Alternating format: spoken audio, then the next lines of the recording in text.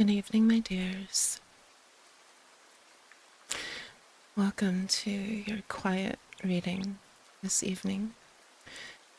I myself do not feel too well, but reading is something that always helps me to take my mind off of my pain or when I'm feeling ill. So we're still going to have our reading hour tonight. And I will let you know about tomorrow. If I still am feeling badly, then we'll probably just have another reading stream because it's easier on me. Do you like my little teacup?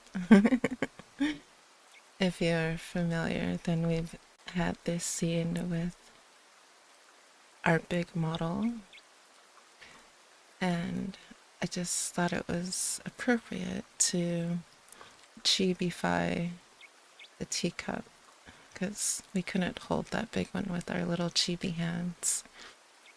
Maybe if we had two hands, we'd be able to do that. But I'm not gonna chat too much more. It's a baby cup. Hello, dear. We're gonna go ahead and get right into our reading. And I hope that the rain and background noises can be heard to set the mood. So we're going to be reading The House on the Borderland by William Hope Hodgson. And just a couple notes on the reading before we begin. From the manuscript discovered in 1877 by Mrs. Tennyson and Bergenog in the ruins that lie in the south of the village of Creighton in the west of Ireland. Set out here with notes. So we have our location and our time. Hello, hello. So I will go ahead and start our reading tonight. And yes, if you have a new account, you are not able to chat. New accounts accounts need to be older than a month. But we're gonna go ahead and start our reading. And we'll read as we usually do until my voice gives out. To my father, whose feet tread the lost eons, open the door and listen. Only the wind's muffled roar and the glisten of tears round the moon, and, in fancy, the thread of vanishing shoon out in the night of the dead.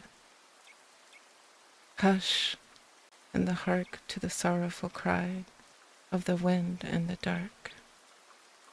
Hush and hark, without murmur or sigh, to shoon that thread the lost aeons, to the sound that bids you to die. Hush and hark, shoon of the dead.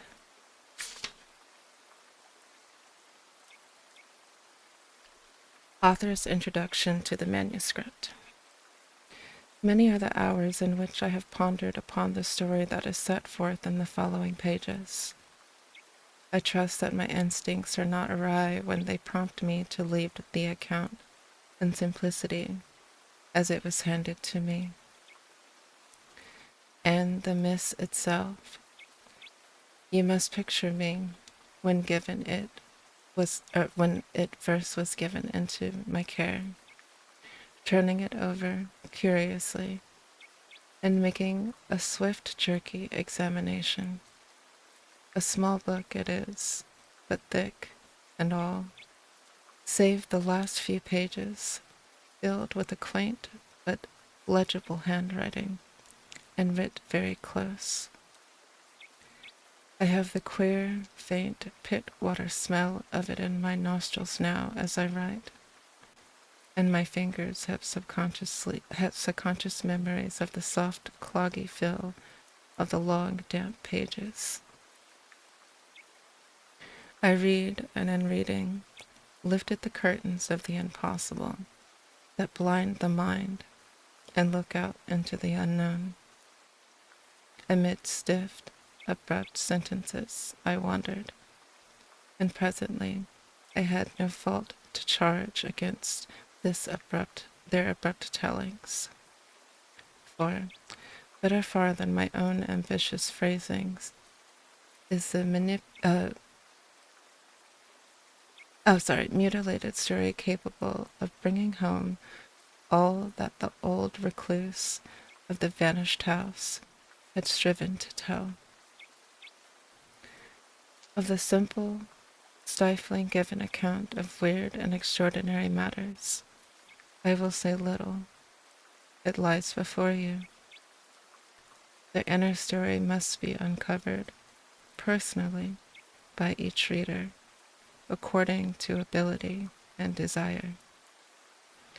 And even should any fail to see, as now I see, the shadowed picture and conception of that to which one may well give the accepted titles of heaven and hell, yet can I promise certain thrills, merely taking the story as a story.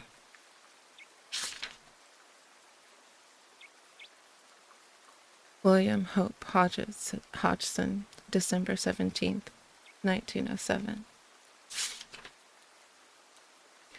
Chapter 1. The Finding of the Manuscript.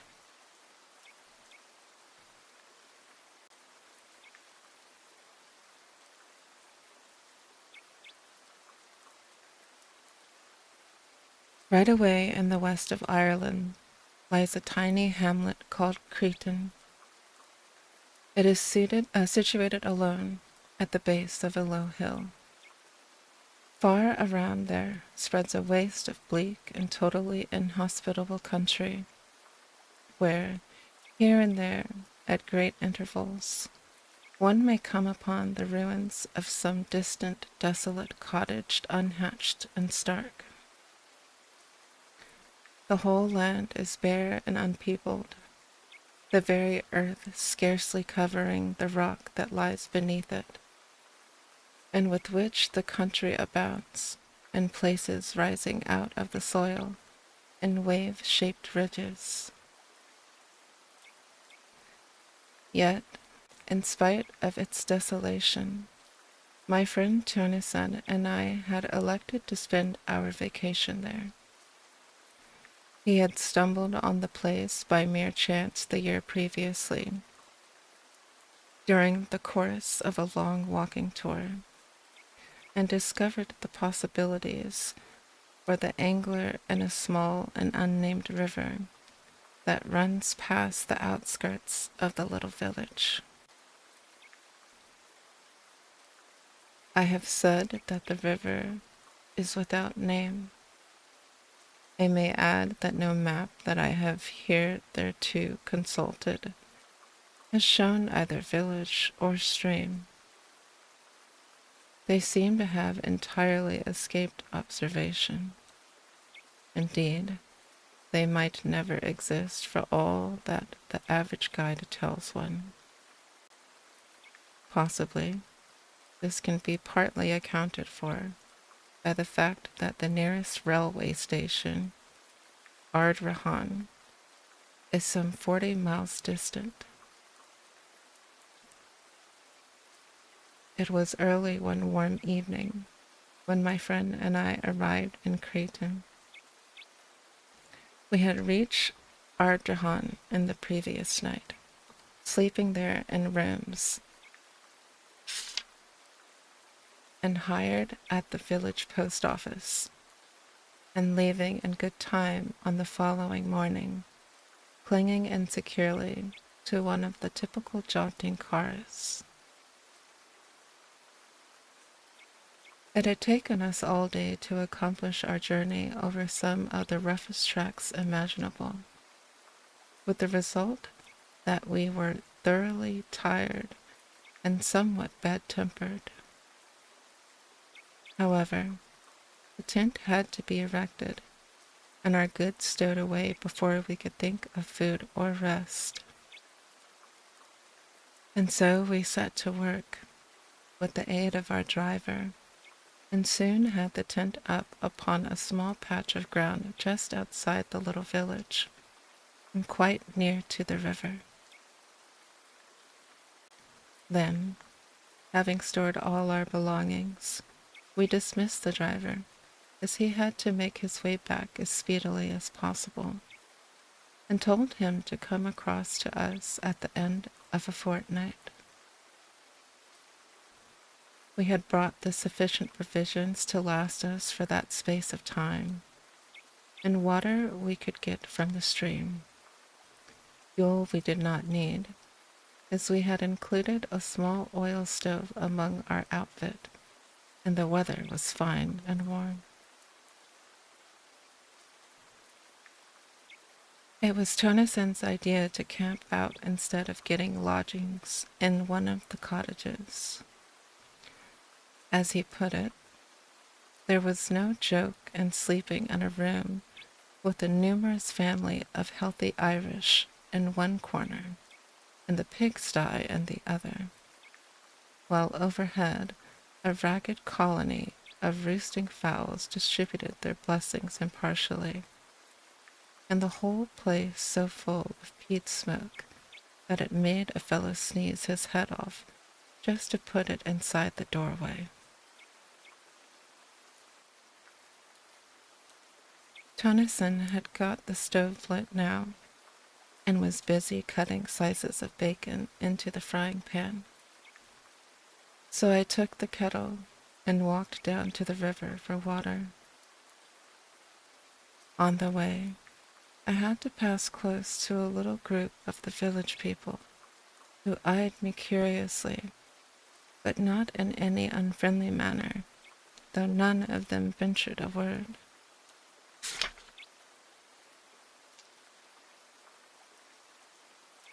As I returned with my kettle filled, I went up to them, and, after a friendly nod, to which they replied in like manner, I asked them casually about the fishing.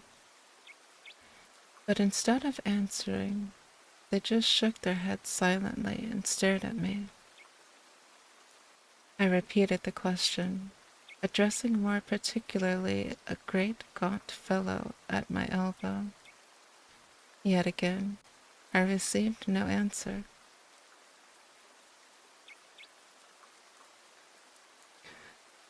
Then the man turned to a comrade and said something rapidly in a language that I did not understand. And at once the whole crowd of them fell to jabbering in what, after a few moments, I guessed was to be pure Irish. At the same time, they cast many glances in my direction. For a minute, perhaps, they spoke among themselves thus. Then the man I had addressed faced round at me and said something. By the expression of his face, I guessed that he, in turn, was questioning to me. But now I had to shake my head and indicate that I did not comprehend what it was they wanted to know. And so we stood looking at one another until I heard Tonison calling to me to hurry up with the kettle. Then, with a smile and a nod, I left them, and all in the little crowd smiled and nodded in return, though their faces still betrayed their puzzlement.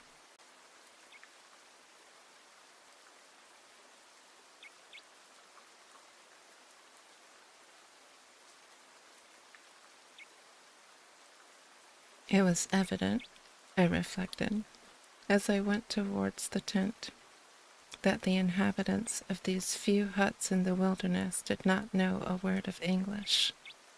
And when I told Tonison, he remarked that he was aware of the fact, and, more, that it was not at all uncommon in that part of the country, where the people often lived and died in their isolated hamlets, without ever coming in contact with the rest of the world. I wish we had got the driver to interpret for us before he left, I remarked, as we sat down to our meal. It seems so strange for the people of this place not even to know what we've come for.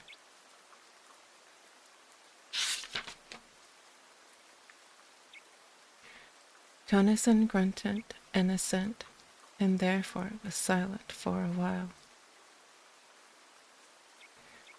Later, having satisfied our appetites somewhat, we began to talk, laying our plans for the morrow. Then, after a smoke, we closed the flap of the tent and prepared to turn in. I suppose there's no chance of those fellows outside taking anything? I asked, as we rolled ourselves into our blankets. Tonison said that he did not think so, at least while we were about, and, as he went on to explain, we could lock up everything, except the tent, and the big chest that we had brought to hold our provisions. I agreed to this, and soon we were both asleep.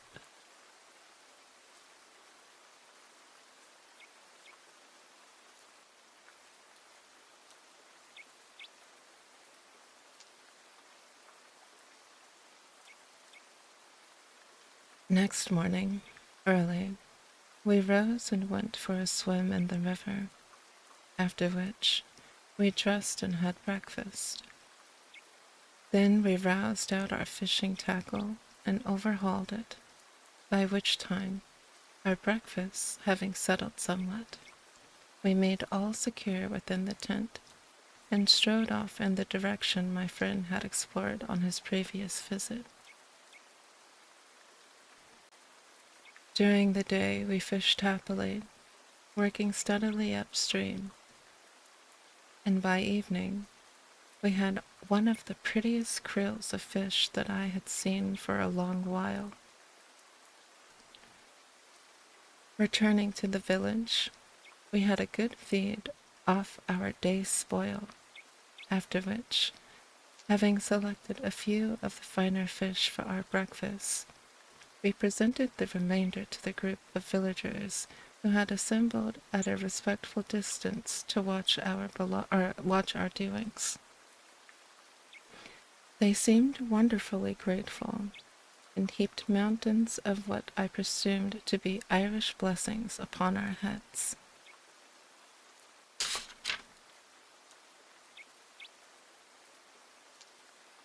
Thus we spent several days, having splendid sport, and first-rate appetites to do justice upon our prey.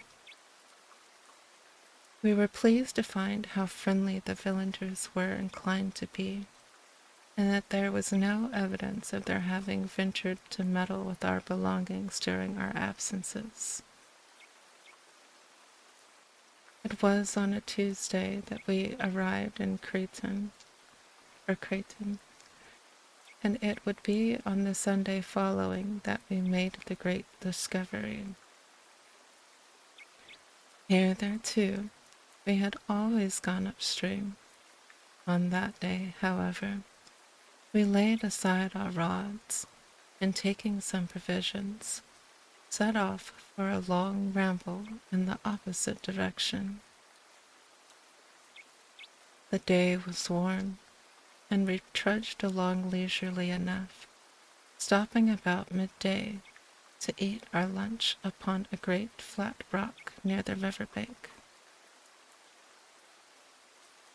Afterward, we sat and smoked a while, resuming our walk only when we were tired of inaction.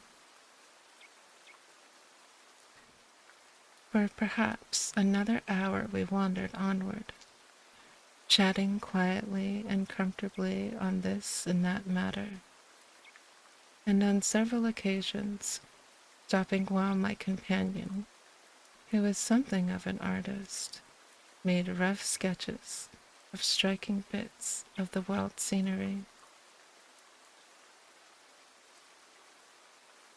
And then, without any warning whatsoever, the river we had followed so confidently came to an abrupt end, vanishing into the earth.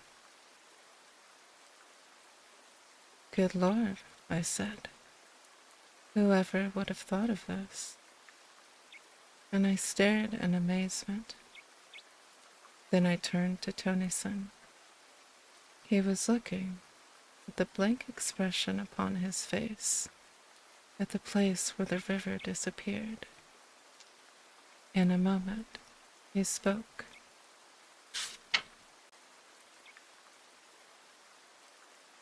"Let us go on a bit. It may reappear again. Anyhow, it is worth investigation." I agreed, and we went forward once more, though rather aimlessly, for we were not at all certain in which direction to prosecute our search. For perhaps a mile we moved onward. Then Tennyson, who had been gazing about curiously, stopped and shaded his eyes. "See," he said after a moment. "Isn't that mist or something? Over there to the right, away in a line with that great piece of rock."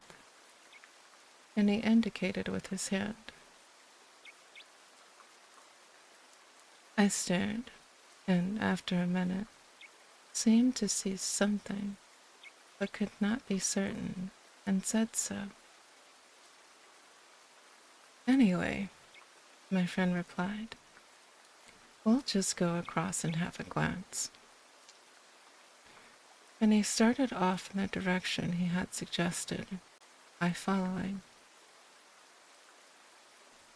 Presently, we came among bushes, and, after a time, out upon the top of a high boulder-strewn bank, from which we looked down into a wilderness of bushes and trees. "Seems as though we had come upon an oasis in the desert of stone," muttered Tonerson as he gazed interestedly. Then he was silent, his eyes fixed, and I looked also.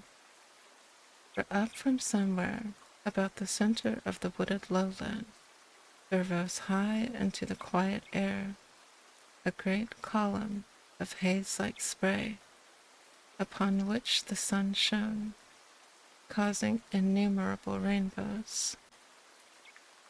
"How beautiful!" I exclaimed. "Yes," answered Tennyson thoughtfully. "There must be a waterfall or something over there. Perhaps it's our river come to light again. Let's go and see." Down the sloping bank we made our way, and entered among the trees and shrubberies. The bushes were matted, and the trees overhung us, so that the place was disagreeably gloomy, though not dark enough to hide from me the fact that many of the trees were fruit trees, and that here and there one could trace indistinctly signs of a long-departed cultivation. Thus it came to me that we were making our way through the rot of a great and ancient garden. I said as much to Tennyson, and he agreed that there certainly seemed reasonable grounds for my belief.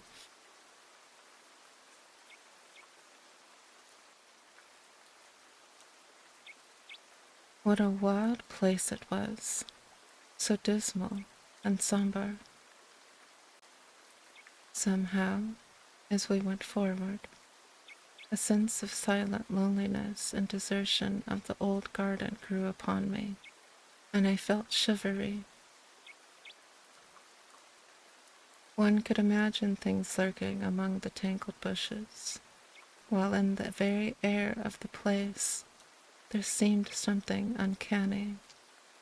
I think Tennyson was conscious of this also, though he said nothing.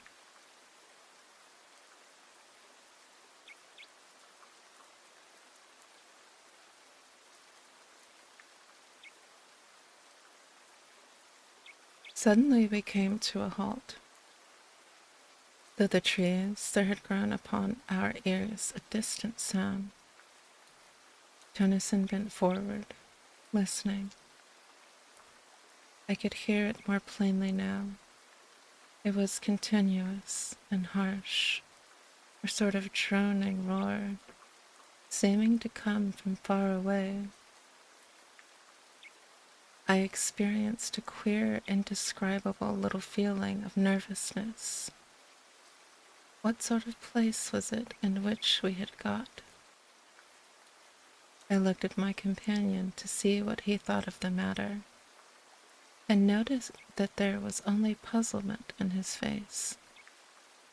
And then, as I watched his features, an expression of comprehension crept over them, and he nodded his head.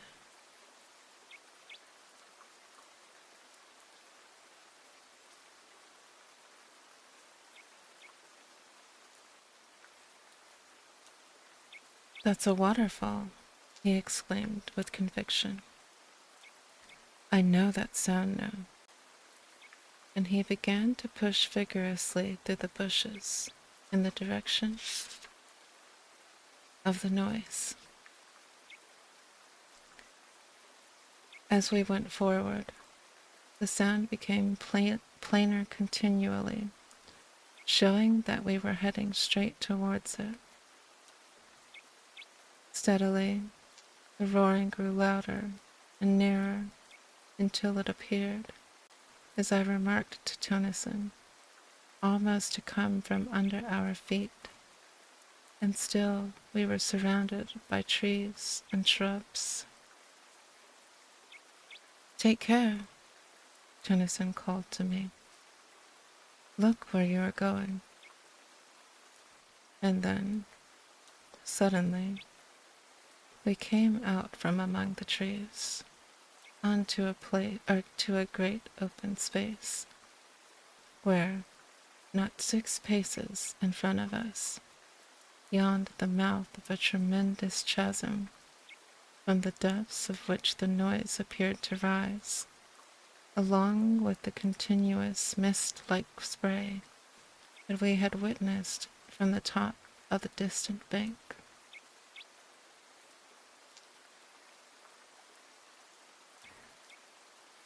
For quite a minute we stood in silence, staring in bewilderment at the sight.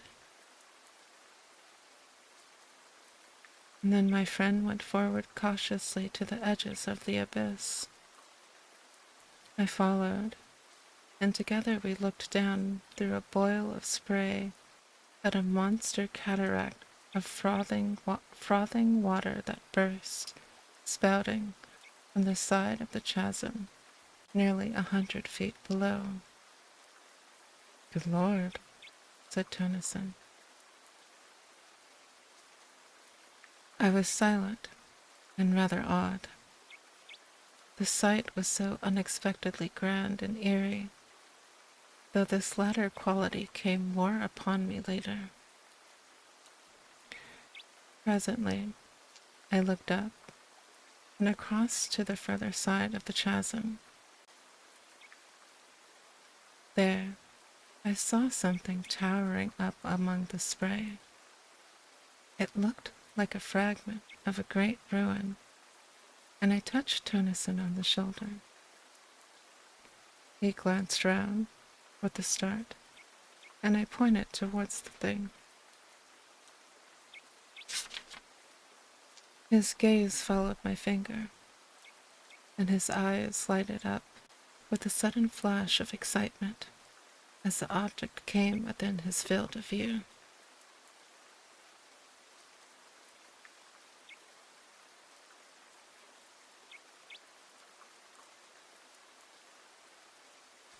"Come along," he shouted, above the uproar. "We'll have a look at it. There's something queer about this place. I feel it in my bones."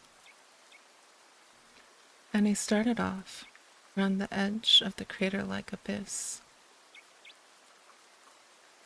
As we neared this new thing, I saw that I had not been mistaken in my first impression. It was undoubtedly a portion of some ruined building. Yet now I made out that it was not built upon the edges of the chasm itself, as I had at first supposed, but perched almost at the extreme end of a huge spur of rock that jutted out some 50 or 60 feet over the abyss.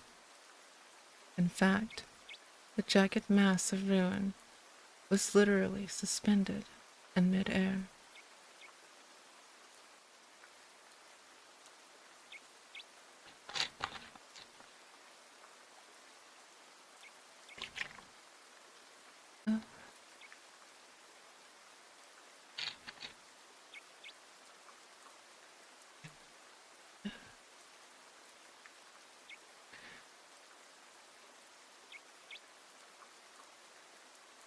Arriving opposite it, we walked out on to the projecting arm of rock, and I must confess to having felt an intolerable sense of terror as I looked down from that dizzying perch into the unknown depths below us, into the depths from which there rose ever the thunder of the falling water and the shroud of rising spray.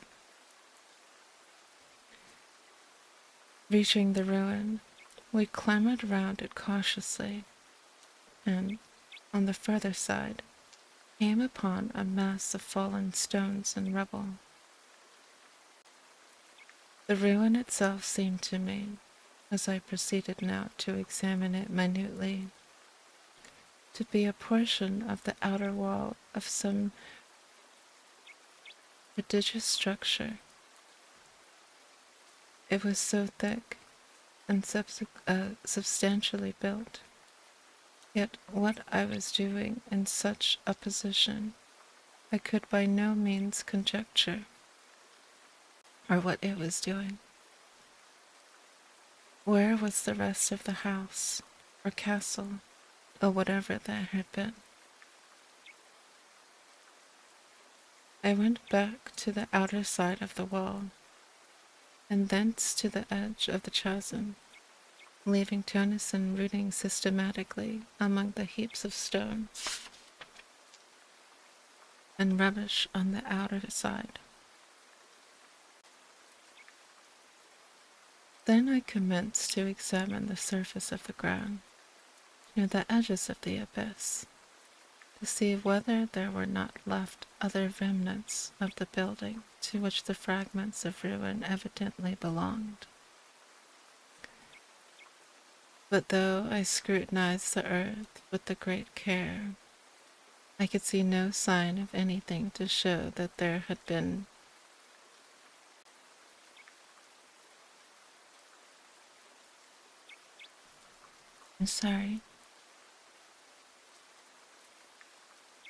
But though I scrutinized the earth with the greatest care, I could see no signs of anything to show that there had ever been a building erected on the spot, and I grew more puzzled than ever.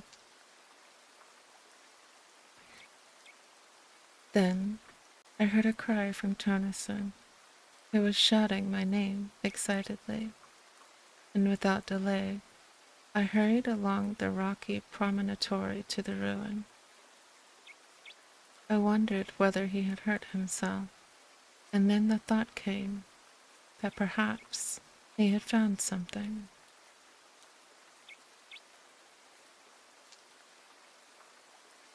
I reached the crumbled wall and climbed around. There I found Tennyson standing within a small excavation that he had made among the debris. He was brushing the dirt from something that looked like a book, much crumpled and dilapidated, and opening his mouth every second or two to bellow my name.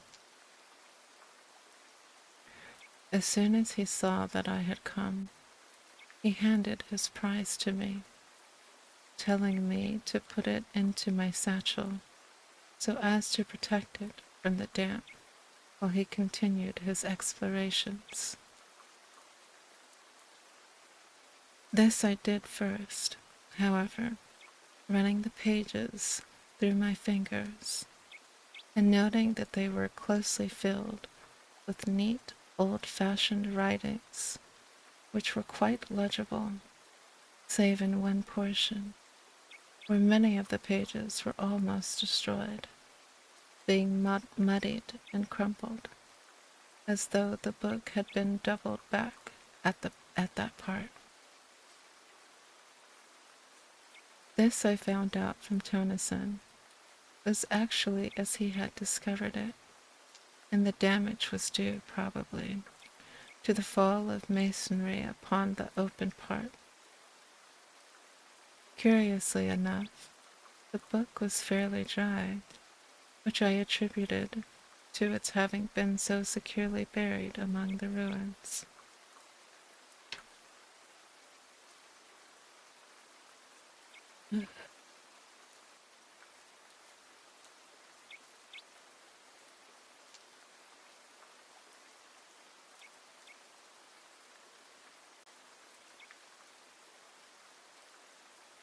Having put the volume away safely, I turned to and gave Tennyson a hand with his self-imposed task of excavating.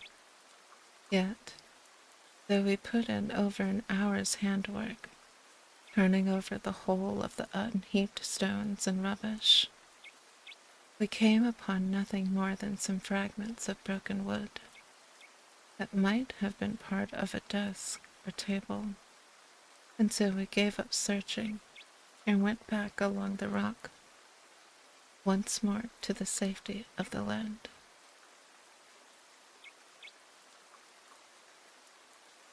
The next thing we did was to make a complete tour of the tremendous chasm, which we were able to observe was in the form of an almost perfect circle, save for where the ruin-crowned spur of rock jutted out, spoiling its symmetry.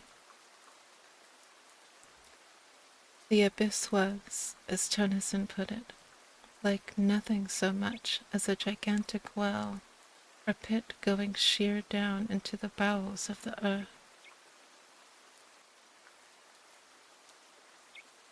For some time longer, we continued to stare about us, and then, noticing that there was clear space away to the north of the chasm, we bent our steps in that direction.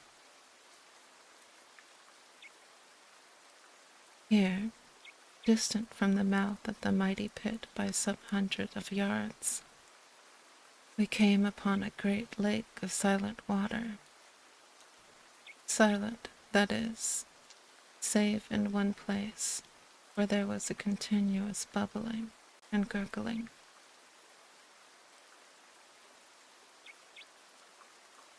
Now, being away from the noise of the spouting cataract, we were able to hear one another speak without having to shout at the tops of our voices, and I asked Tennyson what he thought of the place. I told him that I didn't like it, and that the sooner that we were out of it, the better I should be pleased.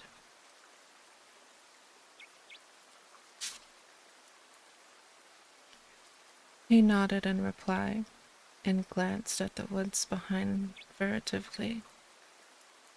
I asked him if he had seen or heard anything. He made no answer, but stood silent as though listening, and I kept quiet also. And suddenly he spoke. "Hark," he said sharply. I looked at him, and then away among the trees and bushes, holding my breath involuntarily. A minute came and went in strained silence, yet I could hear nothing, and I turned to Tonison to say as much. And then, even as I opened my lips to speak, there came a strange wailing noise out of the woods on our left. It appeared to float through the trees, and there was a rustle of stirring leaves, and then silence. All at once, Tennyson spoke and put his hand on my shoulder. "Let us get out of here," he said, and began to move slowly towards where the surrounding trees and bushes seemed thinnest. As I followed him, it came to me suddenly that the sun was low, and that there was a raw sense of chillness in the air.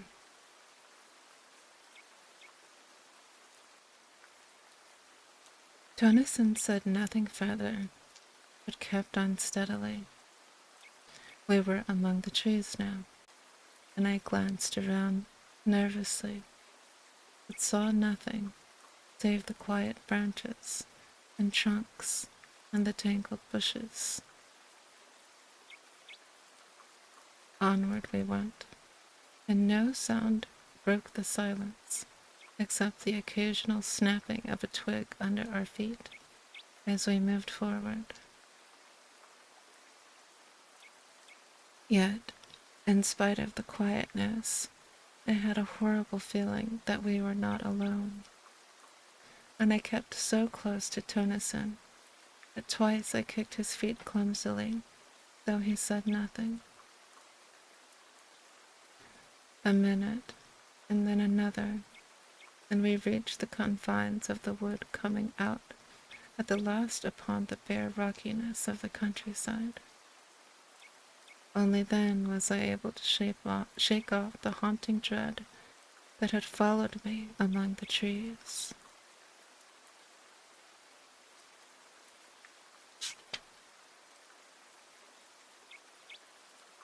Once, as we moved away, there seemed to come again a distant sound of wailing, and I said to myself that it was the wind. Yet the evening was breathless. Presently Tennyson began to talk. "Look you," he said with decision, "I would not spend the night in that place for all the wealth that the world holds. There is something unholy, diabolical about it. It came to me all in a moment, just after you spoke. It seemed to me that the woods were full of vile things, you know." "Yes," I answered, and looked back towards the place, but it was hidden from us by a rise in the ground. "There's the book," I said, and I put my hand into the satchel. "You've got it safely?" he questioned, with a sudden access of anxiety. "Yes," I replied. "Perhaps," he continued, "we shall learn something from it when we get back to the tent. We had better hurry, too. We're in a long way of Still, and I don't fancy now being caught out here in the dark." It was 2 hours later when we reached the tent, and, without delay, we set to work to prepare a meal. for we had eaten nothing since our lunch at midday. Supper over, we cleared the things out of the way and lit our pipes. Then Tennyson asked me to get the manuscript out of my satchel. This I did, and then, as we could not both read from it at the same time, he suggested I should read the thing out loud. In mind, he cautioned, knowing my propensities, don't go skipping half the book.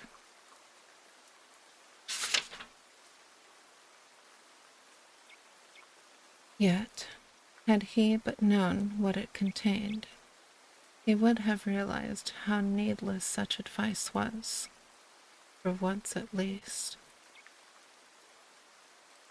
And there, seated in the opening of our little tent, I began the strange tale of The House on the Borderland, for such was the title of the manuscript. This is told in the following pages. Chapter 2.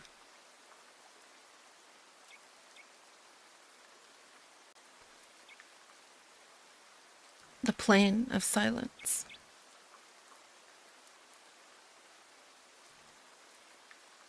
I am an old man. I live here in this ancient house, surrounded by huge, unkept gardens. The peasantry, who inhabit the wildness beyond, say that I am mad. That is because I will have nothing to do with them. I live here alone with my old sister, who is also my housekeeper. We keep no servants. I hate them. I have one friend, a dog. Yes, I would sooner have old Pepper than the rest of the creation together. He at least understands me, and has sense enough to leave me alone when I am in my dark moods. I have decided to start a kind of diary. It may enable me to record some of the thoughts and feelings that I cannot express to anyone. But beyond this, I am anxious to make some record of the strange things that I have heard and seen during many years of loneliness in this weird old building. For a couple of centuries, this house had had a reputation, a bad one, and until I bought it, for more than 80 years, no one had lived here. Consequently, I got the old place at a ridiculously low figure.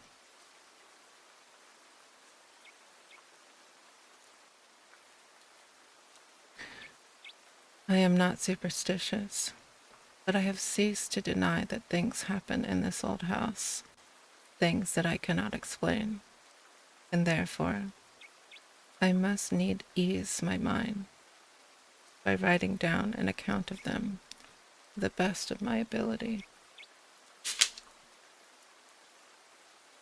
Though, should this, my diary, ever be read when I am gone, the readers will but shake their heads and be the more convinced that I was mad. This house, how ancient it is, though its age strikes one least, perhaps, than the quaintness of its structure, which is curious and fantastic to the last degree. Little curved towers and pinnacles, with outlines suggestive of leaping flames, predominant, while the body of the building is in the form of a circle. I have heard that there is an old story told amongst the country people to the effect that the devil built the place. However that is as may be, true or not, I neither know nor care, save as it may have helped to cheapen it ere I came. I must have been here some 10 years before I saw sufficient to warrant any belief in the stories current in the neighborhood about this house. It is true that I had, on at least a dozen occasions, seen vaguely things that puzzled me, and perhaps had felt more than I had seen. Then, as the years passed, bringing age upon me, I became often aware of something unseen, yet unmistakably present, in the empty rooms and corridors. Still, it was as I had said many years before I saw any real manifestation of the so-called supernatural.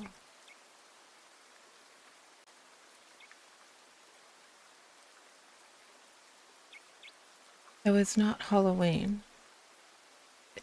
If I were telling a story for amusement's sake, I should probably place it on that night of nights.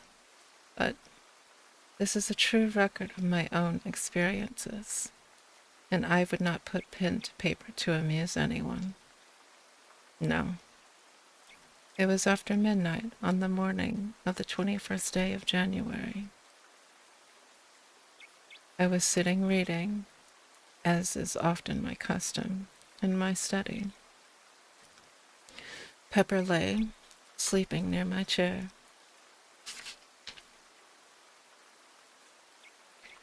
Without warning, the flames of the 2 candles went low, and then shone with a ghastly green effulgence. I looked up quickly, and as I did, so I saw the light sink into a dull, ruddy tint, so that the room glowed with a strange, heavy crimson twilight that gave the shadows behind the chairs and tables a double depth of blackness, and wherever the light struck, it was as though luminous blood had been splashed over the room. Down on the floor, I heard a faint, frightened whimper, and something pressed itself in between my 2 feet. It was Pepper, cowering under my dressing gown. Pepper usually as brave as a lion.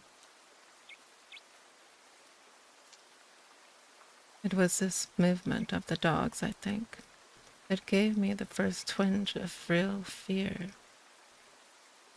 I had been considerably startled when the lights burnt first green and then red, but had been momentarily under the impression that the change was due to some influx of nauseous gas in the room. Now, however, I saw that it was not so, for the candles burned with a steady flame and showed no signs of going out, as would have been the case had the change been due to the fumes in the atmosphere.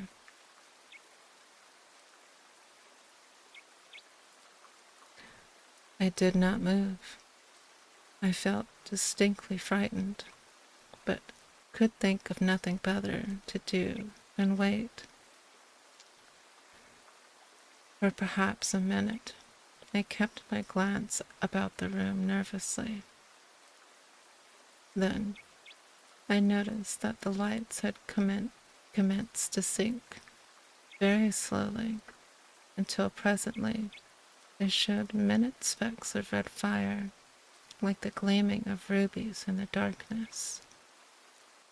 Still, I sat watching, while a sort of dreamy indifference seemed to steal over me, banishing altogether the fear that had begun to grip me.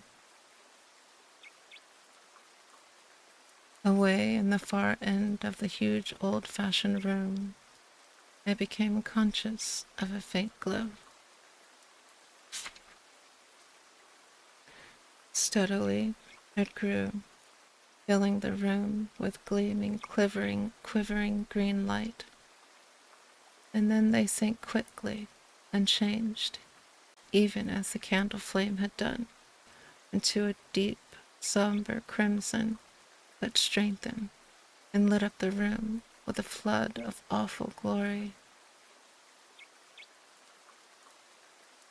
The light came from the end of the room and grew ever brighter until its intolerable glare caused my eyes acute pain, and involuntarily I closed them. It may have been a few seconds before I was able to open them. The first thing I noticed was that the light had decreased greatly, so that it no longer tired my eyes. Then, as it grew still duller, I was aware all at once that, instead of looking at the redness, I was staring through it and through the wall beyond.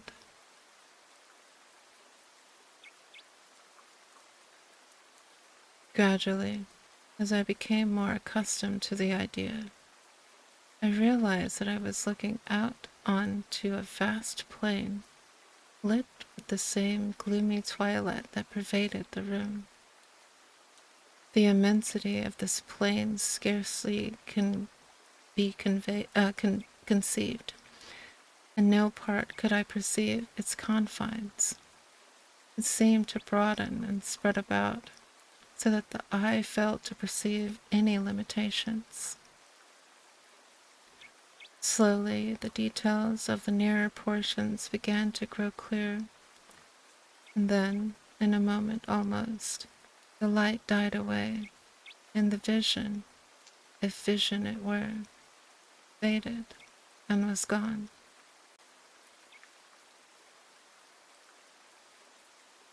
Suddenly, I became conscious that I was no longer in the chair.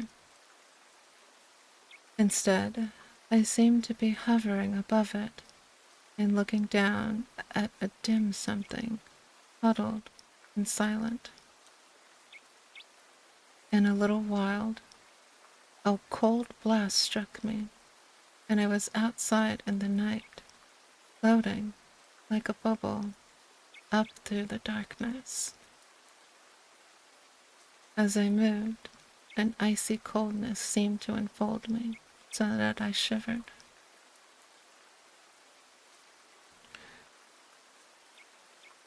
After a time, I looked to the right and left, and saw the intolerable blackness of the night, pierced by remote gleams of fire.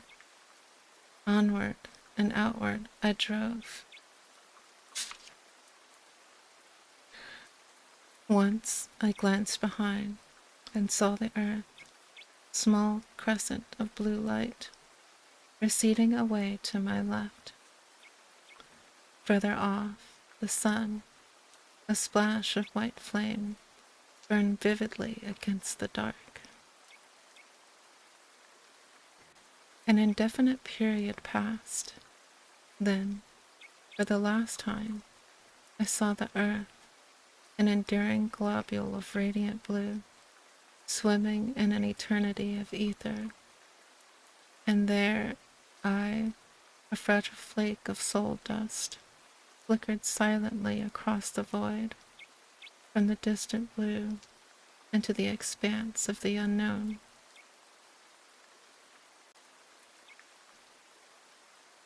A great while seemed to pass over me, and now I could nowhere see anything. I had passed beyond the fixed stars and plunged into the huge blackness that waits beyond. All this time I had experienced little, save a sense of lightness and cold discomfort. Now, however, the atrocious darkness seemed to creep into my soul, and I became filled with fear and despair. What was going to become of me? Where was I going? Even as the thoughts were formed, there grew against the impalpable blackness that wrapped me a faint tinge of blood. It seemed extraordinarily remote and mist-like, yet At once, the feeling of oppression was lightened, and I no longer despaired.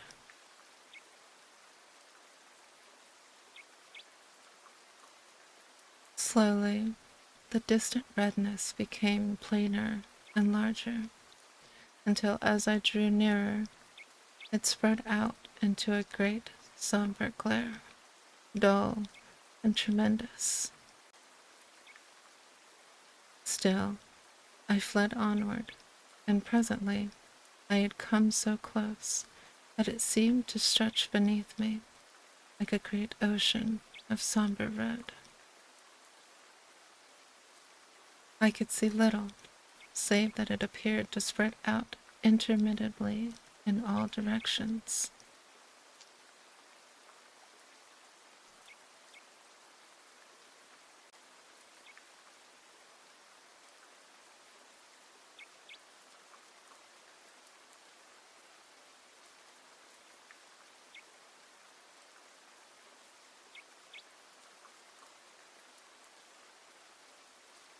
Into a further space, I found that I was descending unto it, and soon I sank into a great sea of sullen red-hued clouds. Slowly, I emerged from these, and there, below me, I saw the stupendous plain that I had seen from my room in that house that stands upon the borders of the silences.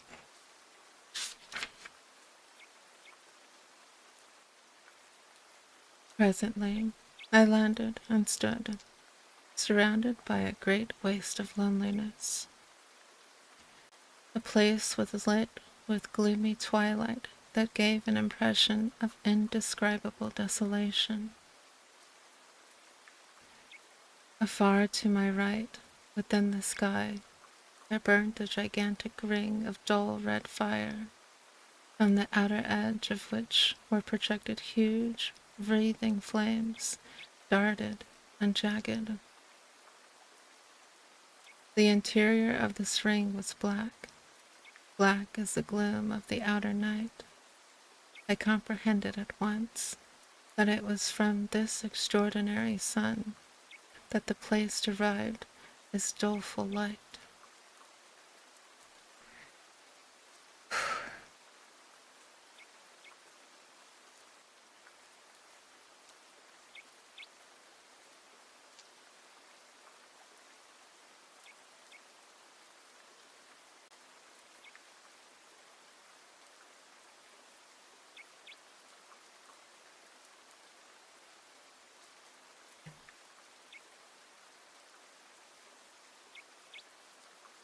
From that strange source of light, I glanced down again to my surroundings.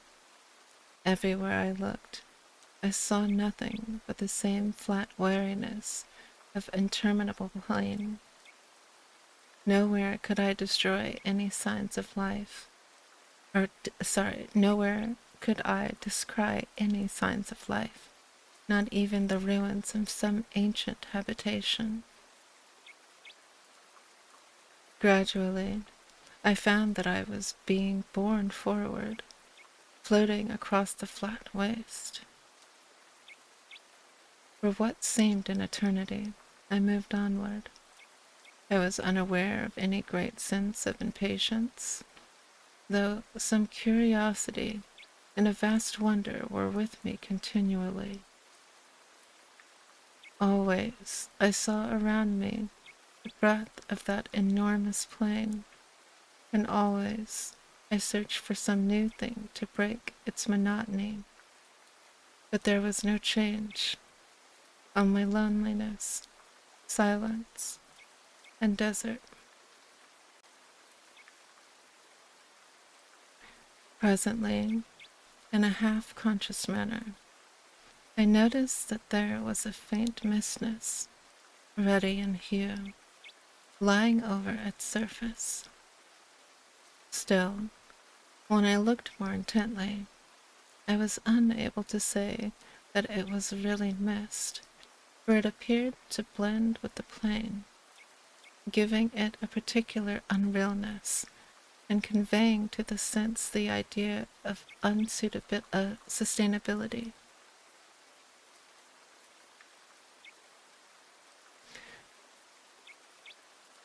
Gradually, I began to weary this with the sameness of the thing. Yet, it was with great time before I perceived any signs of the place towards which I was being conveyed. At first I saw it far ahead, like a long hillock on the surface of the plain.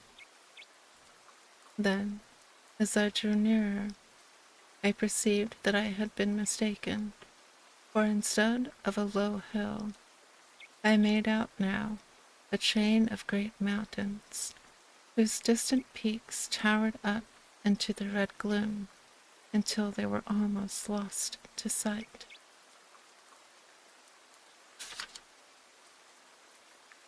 Chapter 3. The House in the Arena.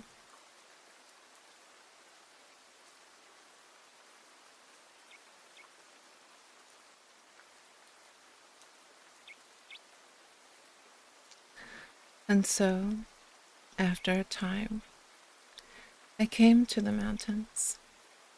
Then, the course of my journey was altered, and I began to move along their bases until all at once I saw that I had come opposite to a vast rift opening into the mountains. Through this I was borne, moving at no grand speed. On either side of me, huge scarp walls of rock-like substance rose sheer. Far overhead, I discerned a thin ribbon of red, where the mouth of the chasm opened among inaccessible peaks. Within was gloom, deep and somber, and chilly silence.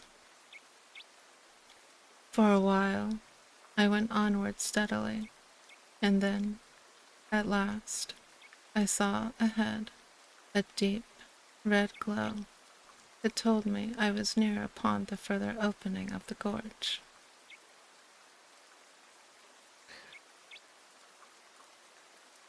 A minute came and went, and I was at the exit of the chasm, staring out upon an enormous amphitheater of mountains.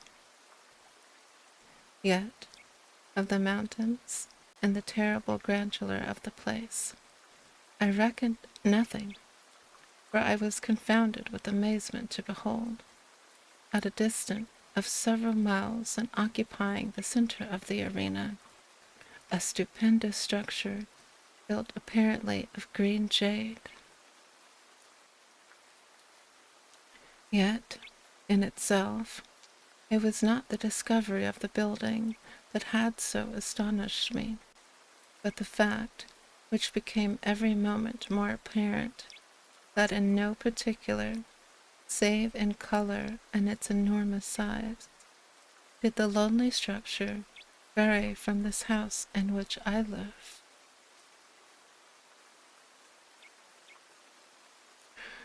For a while, I continued to stare fixedly. Even then, I could scarcely believe that I saw aright. In my mind, a question formed, reiterating incessantly, "What does it mean? What does it mean?" And I was unable to make answer, even out of the depths of my imagination. I seemed capable only of wonder and fear. For a time longer, I gazed, noting continually some fresh point of resemblance that attracted me. At last, wearied and sorely puzzled, I turned from it to view the rest of the strange place on which I had intruded. Hitherto, I had been so engrossed in my scrutiny of the house I had given only a cursory glance round. Now, as I looked, I began to realize upon what sort of a place I had come. The arena, for so I have termed it, appeared a perfect circle of about 10 to 12 miles in diameter. The house, as I have mentioned before, standing in the center. The surface of the place, like that of the plain, had a peculiar misty appearance that was yet not mist.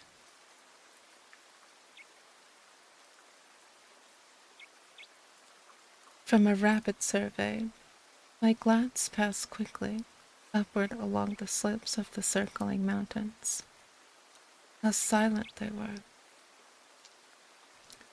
I think that this same abominable stillness was more trying to me than anything that I had ever so far seen or imagined. I was looking up now at the great crags towering so loftily. Up there, the impalpable redness gave a blurred appearance to everything. And then, as I peered, curiously, a new terror came upon me. For away up among the dim peaks to my right, I had descried a vast shape of blackness, giant-like. It grew upon my sight. It had enormous equine head, with gigantic ears, and seemed to peer steadfastly down into the arena.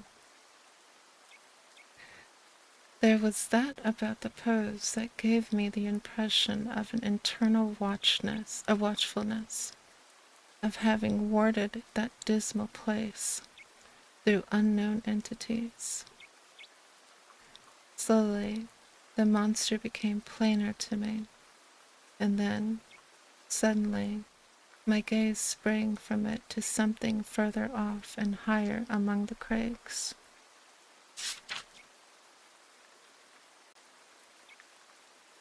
For a long minute, I gazed fearfully.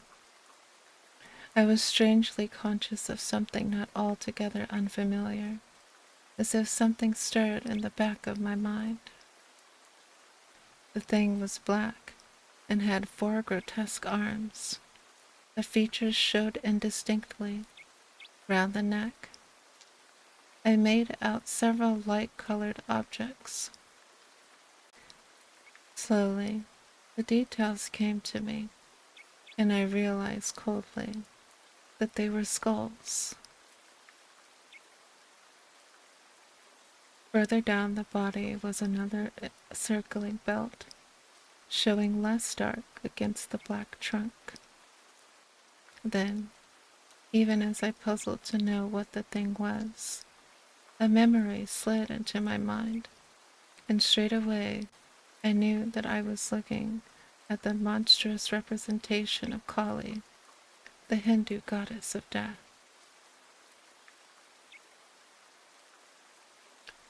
Other remembrances of my old student days drifted into my thoughts. My glance fell back upon the huge beast-headed thing. Simultaneously, I recognized it for the ancient Egyptian god Set, or Seth, the destroyer of souls. With the knowledge, there came a great sweep of questioning. 2 of the... I stopped and endeavored to think. Things beyond my imagination peered into my frightened mind. I saw obscurely, the old gods of mythology. I tried to comprehend to what it was all pointing. My gaze dwelt flickeringly between the 2. If... An idea came swiftly, and I turned and glanced rapidly upward, searching the gloomy crags away to my left. Something loomed out under a great peak, a shape of grayness. I I wondered I had not seen it earlier, and then remembered I had not yet viewed the portion. I saw it more plainly now. It was, as I have said, gray. It had tremendous head, but no eyes. That part of its face was blank.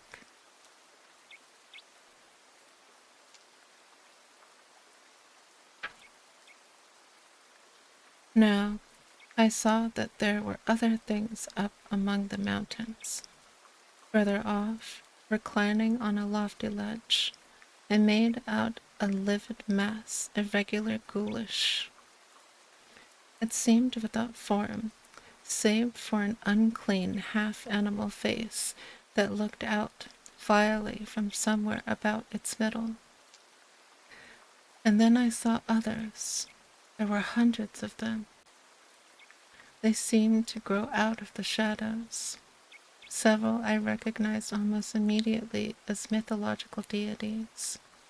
Others were strange to me, utterly strange, beyond the power of a human mind to conceive.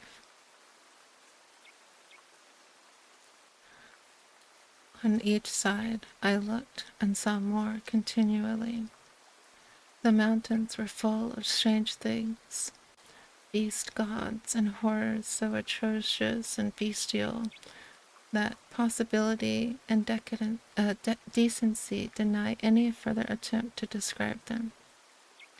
And I was filled with a terrible sense of overwhelming horror and fear and repugnance. Yet, in spite of these, I wondered exceedingly. Was there then, after all, something in the old heathen worship, something more than the mere defying of men, animals, and elements? The thought gripped me. Was there?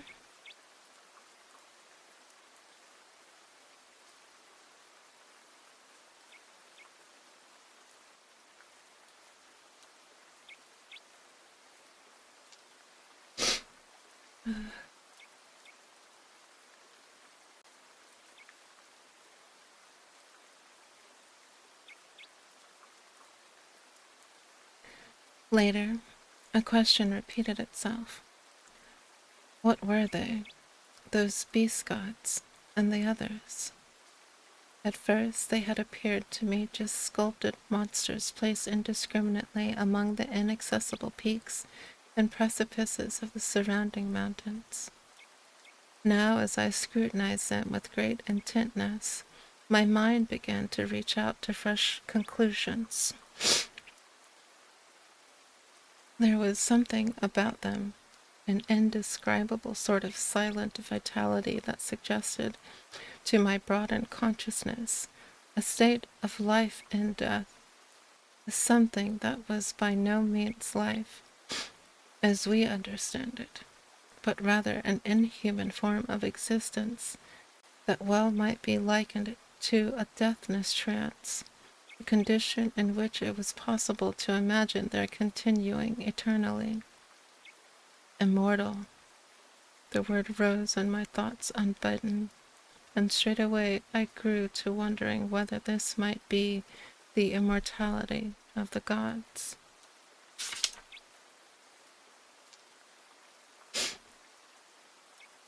And then, in the midst of my wondering and musing, something happened. Until then, I had been staying just within the shadow of the exit of the great rift.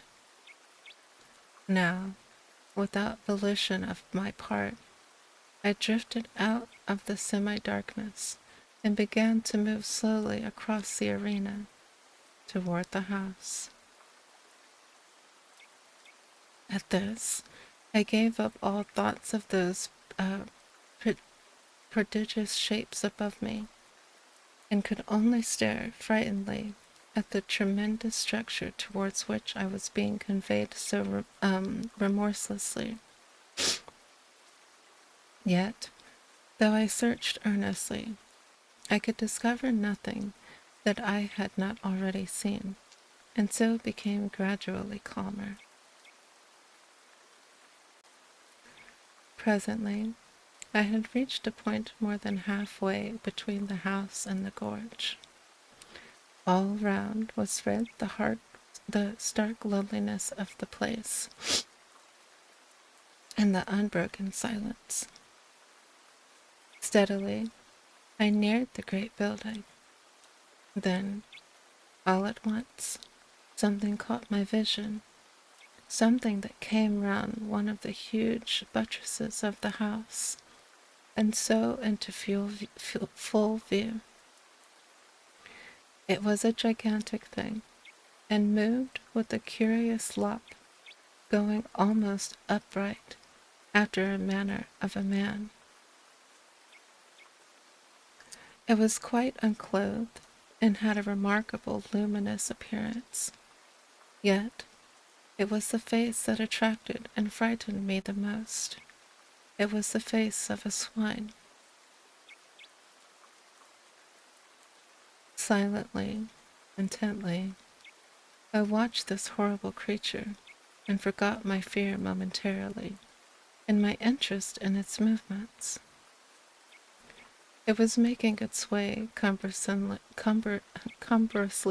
round the building, stopping as it came to each window to peer in and shake at the bars with which, as in this house, they were protected. And whenever it came to the door, it would push at it, fingering the fastening stealthily. Evidently, it was searching for an ingress into the house. I had come now to within less than a quarter of a mile of the great structure, and still I was compelled forward. Abruptly, the thing turned and gazed hideously in my direction. It opened its mouth, and, for the first time, the stillness of that abominable place was broken by a deep, booming note that sent an added thrill of apprehension through me. Then immediately I became aware that it was coming toward me, swiftly and silently. In an instant it had covered half the distance that lay between, and still I was borne helpless to meet it. Only 100 yards, and the brutish ferocity of the giant face numbed me with a feeling of unmitigated horror. I could have screamed in the supremeness of my fear, and then, in the very moment of my extremity and despair, I became conscious that I was looking down upon the arena from a rapidly increasing height. I was rising. In an inconceivable short while, I had reached an altitude of many 100 feet. Beneath me, the spot that I had just left was occupied by the foul swine creature. It had gone down on all fours and was snuffing and rooting like a veritable hog at the surface of the arena. A moment it rose to its feet, clutching upward, with an expression of desire upon its face, such as I have never seen in this world.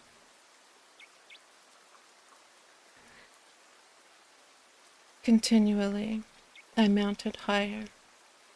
A few minutes later, it seemed, I had risen above the great mountains, floating alone afar in the redness.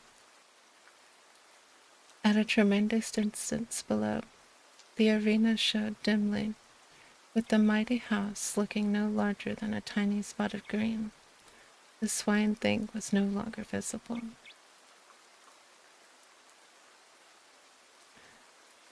Presently, I passed over the mountains, out above the huge breadth of the plain. Far away on its surface, in the direction of the ring-shaped sun, there showed a confused blur. I looked toward it indifferently. It reminded me somewhat of the first glimpse I had caught of the mountain amphitheater. With a sense of weariness, I glanced upward at the immense ring of fire. What a strange thing it was. Then, as I stared out from the dark center, there spurted a sudden flare of extraordinary vivid fire. Compared with the size of the black center, it was a knot, yet in itself stupendous. With awakened interest, I watched it carefully, noting its strange boiling and glowing. Then, in a moment, the whole thing grew dim and unreal, and so passed out of sight. Much amazed, I glanced down to the plane from which I was still rising. Thus I received a fresh surprise. The plane, everything had vanished, and only a sea of red mist was spread far below me. Gradually, as I stared, this grew remote, and died away in a dim far mystery of red against an unfathomable night. A while, and even this had gone, and I was wrapped in an impalpable, lightless gloom.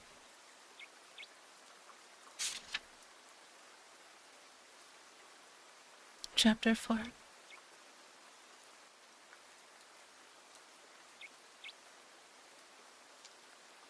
The Earth.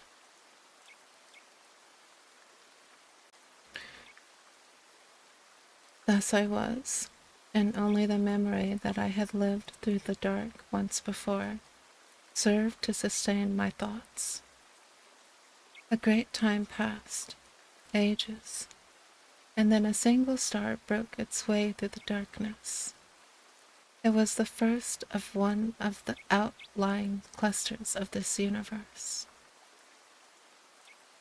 Presently, it was far behind, and all about me shone the splendor of the countless stars.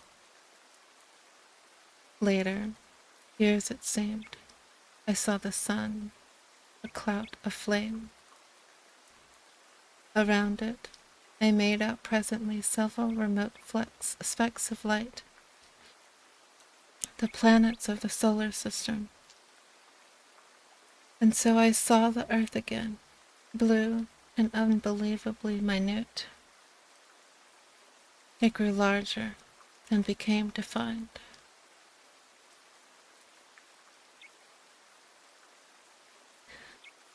A long space of time came and went, and then at last I entered into the shadow of the world, plunging headlong into the dim and holy earth night. Overhead were the old constellations, and there was a crescent moon. Then, as I neared the earth's surface, a dimness swept over me, and I appeared to sink into a black mist.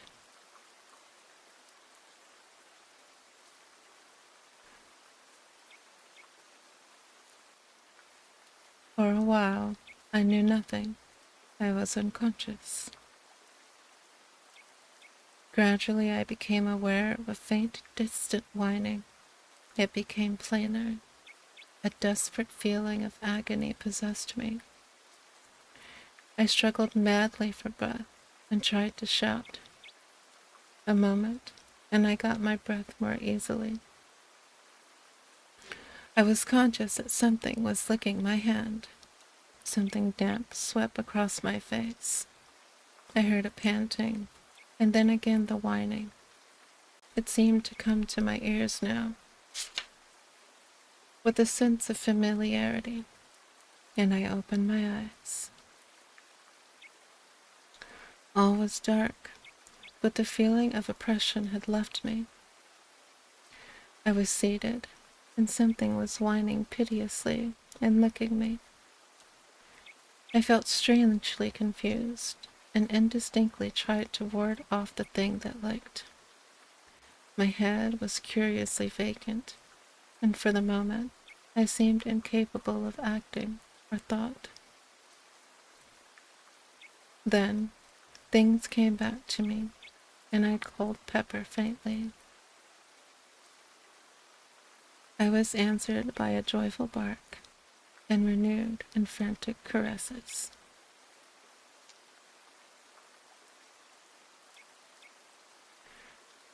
In a little while I felt stronger and put out my hand for the matches. I groped about for a few moments blindly, and then my hand slid upon them, and I struck a light and looked confusedly around. All about me I saw the old familiar things, and there I sat, full of day's wonders, until the flame of the match burnt my fingers, and I dropped it. While a hasty expression of pain and anger escaped my lips, surprising me with the sound of my own voice.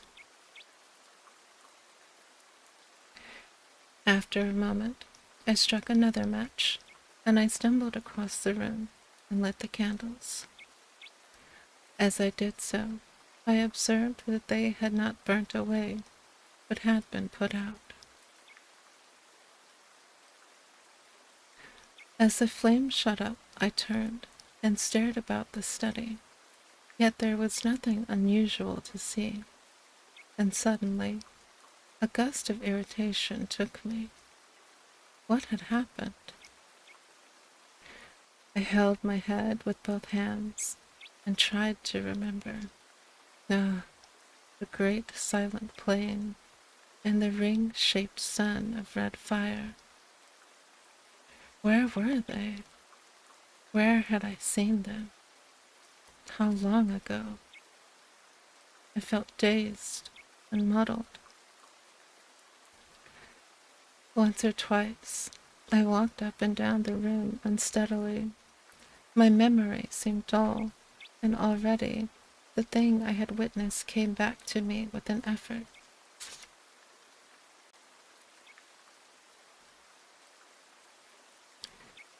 I had remembrance of cursing peevishly in my bewilderment. Suddenly, I turned faintly and giddy, and had to grasp at the table for support. During a few moments I held on weakly, and then managed to totter sidewise into a chair. After a little time, I felt somewhat better, and succeeded in reaching the cupboard where usually I kept brandy and biscuits. I poured myself out a little cup of stimulant and drank it off. Then, taking a handful of biscuits, I returned to my chair and began to devour them ravenously. I was vaguely surprised at my hunger. I felt as though I had eaten nothing for an uncountable long while.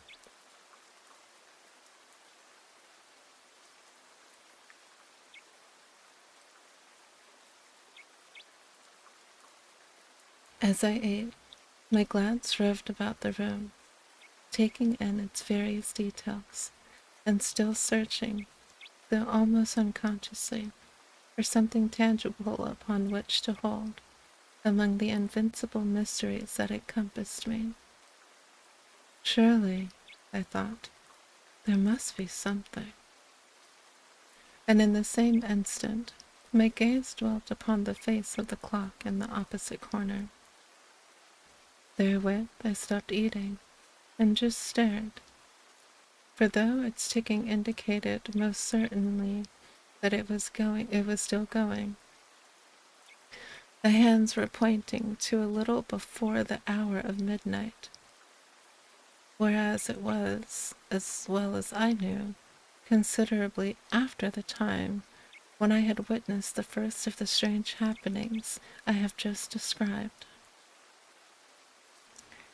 For perhaps a moment I was astounded and puzzled. Had the hour been the same as when I had last seen the clock? I should have concluded that the hands had struck in one place, while the internal mechanism went on as usual. But that would in no way account for the hands having traveled backwards.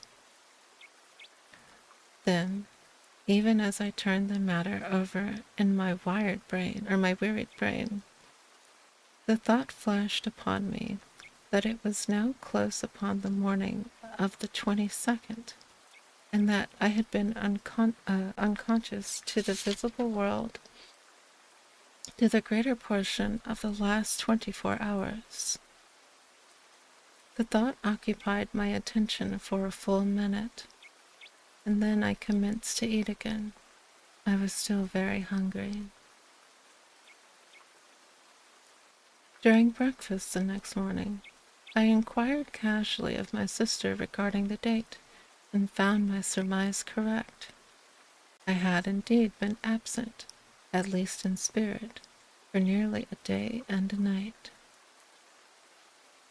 My sister asked me no questions, for it is not by any means the first time that I have kept to my study for a whole day, and sometimes a couple of days at a time, when I have been particularly engrossed in my books or work. And so the days passed on, and I am still filled with the wonder to know the meaning of all that I saw on that memorable night. Yet well I know that my curiosity is little likely to be satisfied. Chapter 5.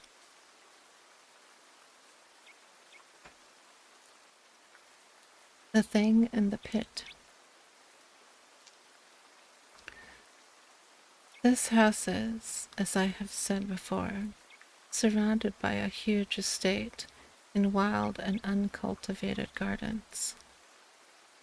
Away at the back, distant some 300 yards, is a dark, deep ravine, spoken of as the pit by the peasantry. At the bottom runs a sluggish stream so overhung by trees as scarcely to be seen from above.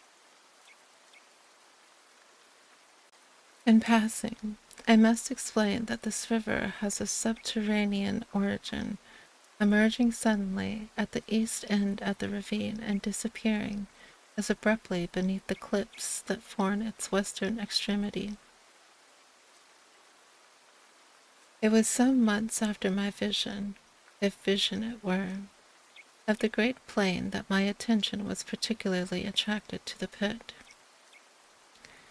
I happened one day to be walking along its southern edge, when suddenly several pieces of rock and shale were dislodged from the face of the cliff immediately beneath me, and fell with a sudden crash through the trees.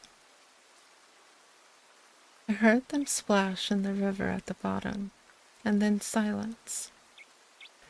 I should not have given this incident more than a passing thought, had not Pepper at once began to bark savagely, nor would he be silent when I bade him, which is most unusual behavior on his part. Feeling that there must be someone or something in the pit, I went back to the house, quickly for a stick. When I returned, Pepper had ceased his barks and was growling and smelling uneasily along the top. Whistling to him to follow me, I started to descend cautiously. The depth to the bottom of the pit must be about 150 feet, and some time, as well as considerable care, was expended before we reached the bottom in safety. Once down, Pepper and I started to explore along the banks of the river. It was very dark there due to the overhanging trees, and I moved warily, keeping my glance about me and my stick ready. Pepper was quiet now, and kept close to me all the time. Thus, we searched right up one side of the river, without hearing or seeing anything. Then, We crossed over by the simple method of jumping and commenced to beat our way back through the underbush. We had accomplished perhaps half the distance when I heard again the sound of falling stones on the other side, the side from which we had just come. One large rock came thundering down through the treetops, struck the opposite bank, and bounded into the river, driving a great jet of water right over us. At first, Pepper gave out a deep growl, then stopped and pricked up his ears. I listened also.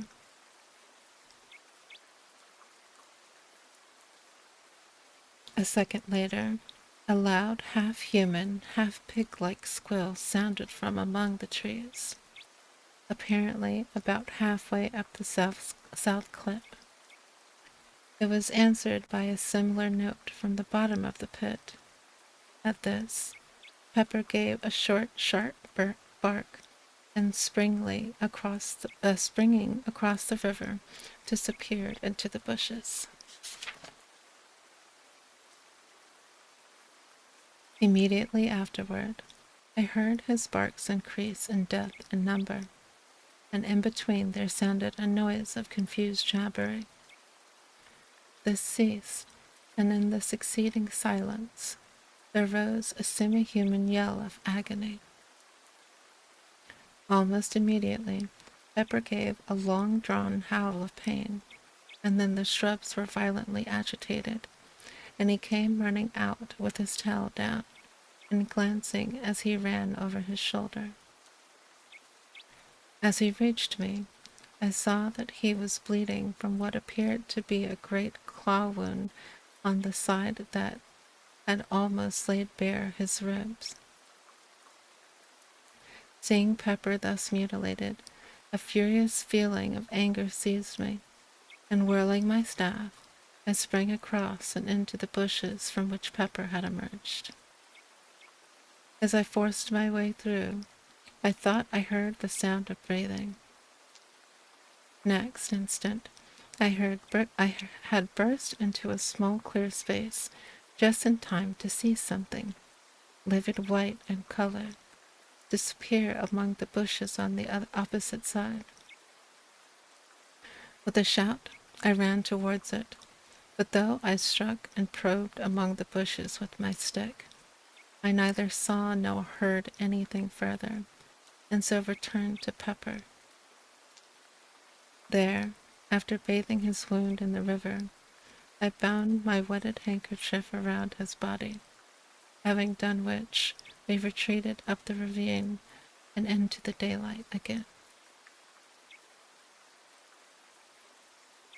On reaching the house, my sister inquired what had happened to Pepper, and I told her that he had been fighting with the wildcat, of which I had heard there were several about. I felt it would be better not to tell her how it had really happened, though, to be sure, I scarcely knew myself, but this I did know, that the thing I had seen run into the bush was not a wildcat. It was much too big, and had, so far as I had observed, a skin like a hog's, only of a dead, unhealthy white color. And then it had run upright, or nearly so, upon its hind feet, with motion somewhat resembling that of a human being. This much I had noticed in my brief glimpse, and truth to tell, I felt a good deal of uneasiness, besides curiosity, as I turned the matter over in my mind. It was in the morning that the above incident had occurred. Then, it would be after dinner, as I sat reading, that happening to look up suddenly, I saw something peering in over the window ledge, the eyes and the ears alone showing. "A pig, by Jove!" I said, and rose to my feet.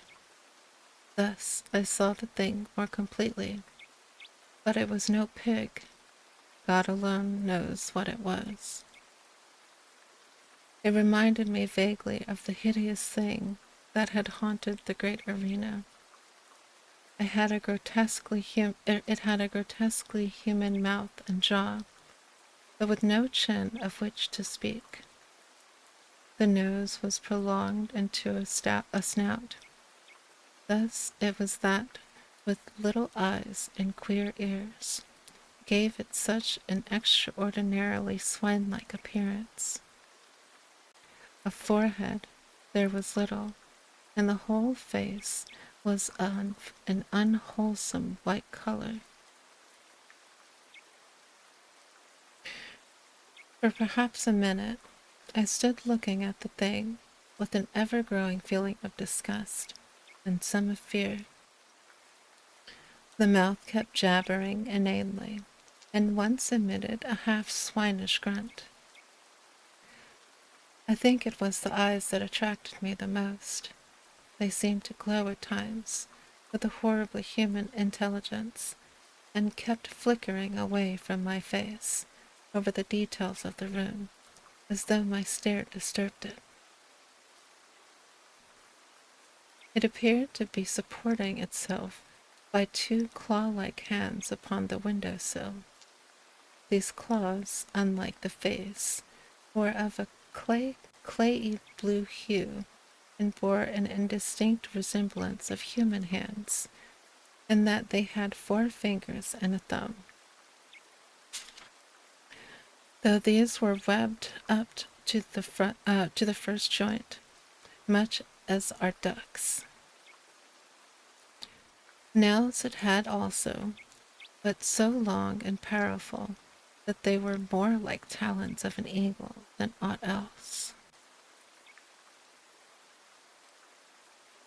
As I had said before, I felt some fear, though almost of an impersonal kind. I may explain my feelings better by saying that it was more of a sensation of abhorrence, such as one might expect to feel if brought in contact with something superhumanly foul, something unholy, belonging to some hereunto undreamt of state of existence.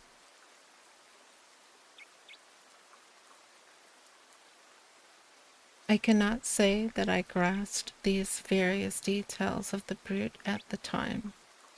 I think they seemed to come back to me afterward, as though imprinted upon my brain. I imagined more than I saw as I looked at the thing, and the material details grew upon me later. For perhaps a minute I stared at the creature. Then, as my nerves steadied a little, I took off the vague alarm that held me, and took a step toward the window. Even as I did, the thing ducked and vanished. I rushed to the door, and looked round hurriedly, but only the tangled bushes and shrubs met my glance.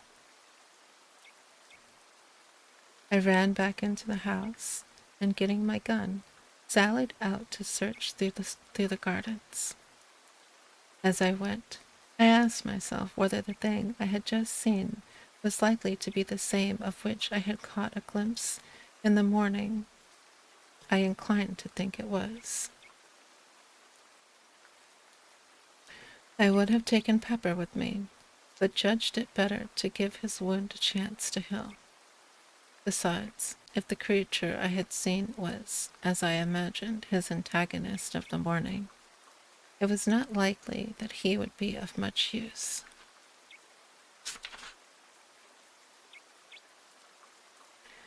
I began my search systematically. I was determined, if it was possible, to find and put an end to that swine.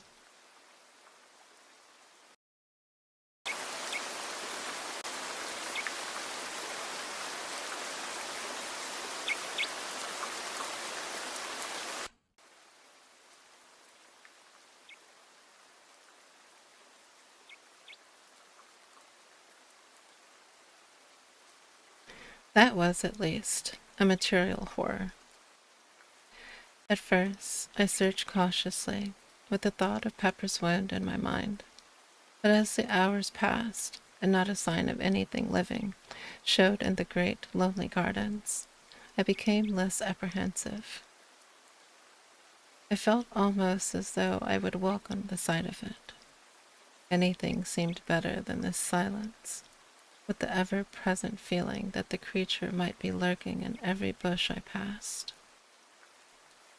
Later, I grew careless of danger, to the extent of plunging right through the bushes, probing with my gun barrel as I went. At times, I shouted, but only the echoes answered back.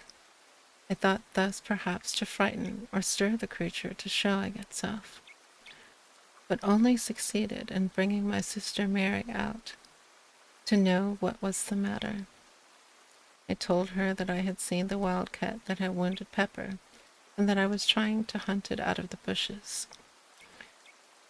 She seemed only half satisfied and went back into the house, with an expression of doubt upon her face. I wondered whether she had seen or guessed something.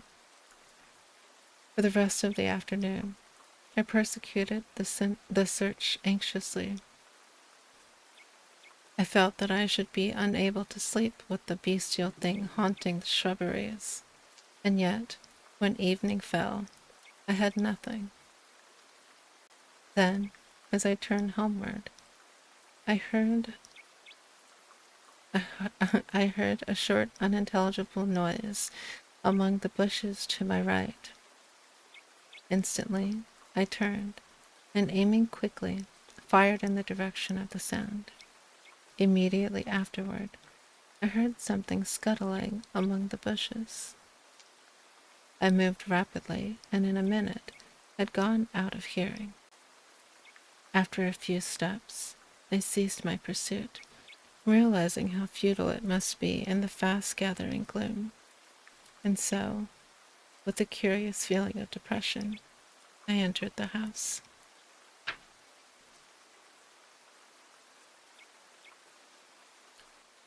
That night, after my sister had gone to bed, I went round to all the windows and doors of the ground floor, and saw to it that they were securely fastened. The precaution was scarcely necessary as regards to the window, as all of those on the lower story are strongly barred. But with the doors, of which there were 5, it was wisely thought, as not one was locked. Having secured these, I went to my study, yet somehow, for once, the place jarred upon me. It seemed so huge and echoey. For some time I tried to read, but at least finding it impossible, I carried my books down to the kitchen, where a large fire was burning, and sat there.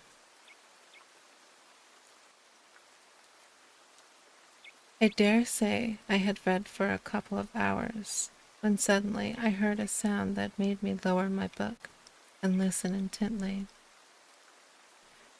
It was a noise of something rubbing and fumbling against the back door. Once the door creaked loudly, as though force was being applied to it. During those few short moments, I experienced an indescribable feeling of terror, such as I should have believed impossible. My hands shook, cold sweat broke out on me, and I shivered violently.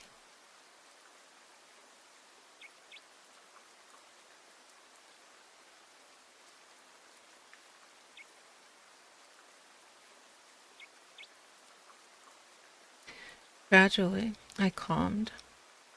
The stealthy movements outside the door had ceased.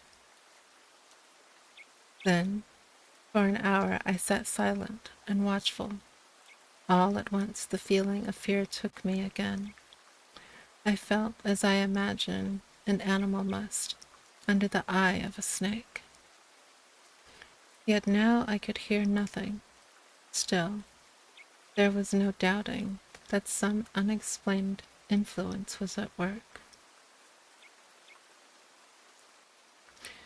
Gradually, Imperceptibly almost, something stole on my ear, a sound that resolved itself into a faint murmur. Quickly, it developed and grew into a muffled but hideous chorus of bestial shrieks. It appeared to rise from the bowels of the earth.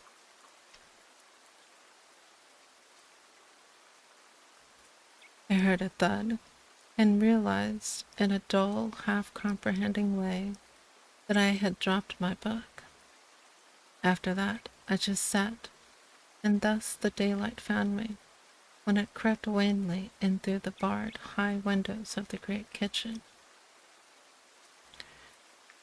With the dawning light, the feeling of stupor and fear left me, and I came more into possession of my senses.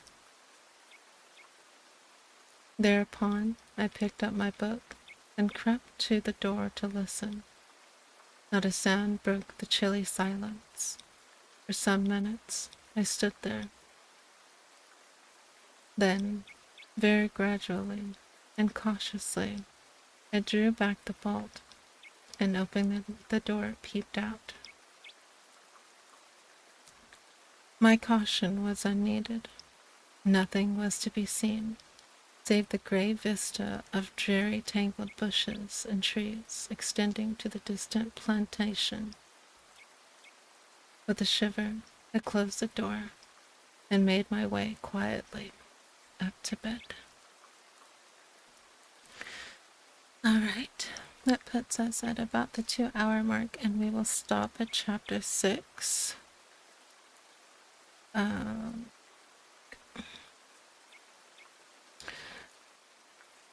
Thank you for spending time here for our reading hour. Again, that is The House on the Borderland, and we will possibly pick up with it tomorrow if I don't feel well enough to play the